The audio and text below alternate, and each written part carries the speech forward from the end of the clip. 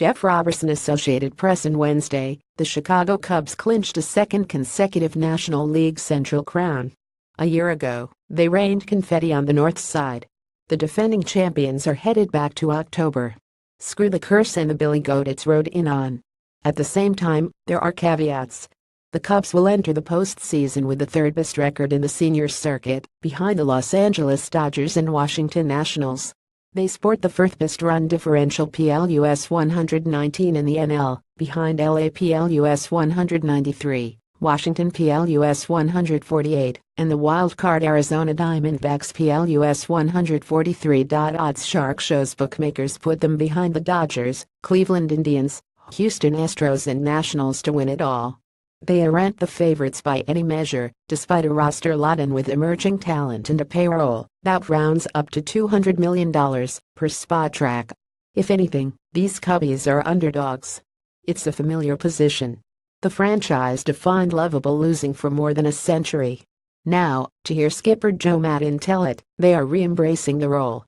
No issues with that, Maddon said of the Cubs' underdog status, per Mark Gonzalez of the Chicago Tribune. It's very understandable.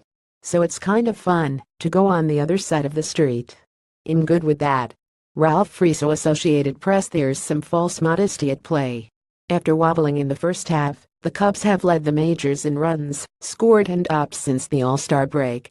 Third baseman Kris Bryant, 29 home runs, .949 ops, is putting together a quiet defense of his 2016 NL MVP award. First baseman Anthony Rizzo has clubbed 32 homers with 109 RBI, while whippersnappers such as catcher Wilson Contreras, 21 home runs, .852 ops, and outfielder Ian Happ, 23 home runs, .839 ops, have leaped forward in a big way. Chicago's bats are young and dangerous, just as they were last year. On the pitching side, right-hander Jake Arrieta owns a 6.10 ERA in 3 September starts, and lefty John Lester has a 4.79 ERA since the All-Star break. Then again, Kyle Hendricks, who finished third in Cy Young Award balloting in 2016, has been rounding into form after returning from a nagging hand injury. "He's throwing the ball as well as I've ever seen him pitch," Maddon said, per Gordon Wood-Tenmere of the Chicago Sun-Times. "I have not seen this combination of velocity and location." At trade deadline pickup Jose Quintana, who has won 5 of his last 6 decisions, and the Cubs have enough in the rotation to make it work. As for Chicago's bullpen, it ranks 5th in the NL in ERA, and can lean on closer Wade Davis, who coughed up a pair of home runs September 23 against the Milwaukee Brewers, but is 32 for 33 in save opportunities with a 2.34 ERA and 76 strikeouts in 57.2 innings. Stacey Reveregetai images the Cubs will get a test in the division series against the Nats, who lead the NL in ops and have a rotation fronted by Max Scherzer and Steven Strasburg.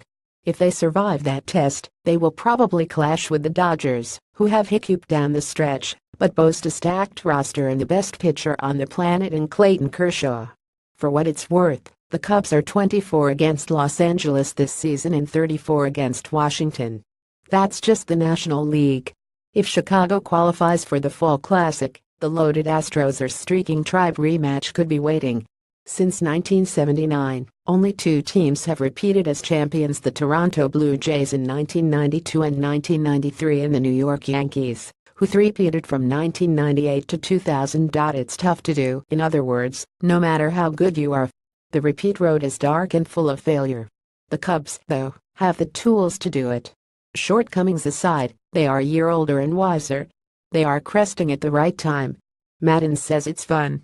Mostly, they are dangerous underdogs, caveats be damned. All statistics current, as of Thursday, and courtesy of Baseball Reference.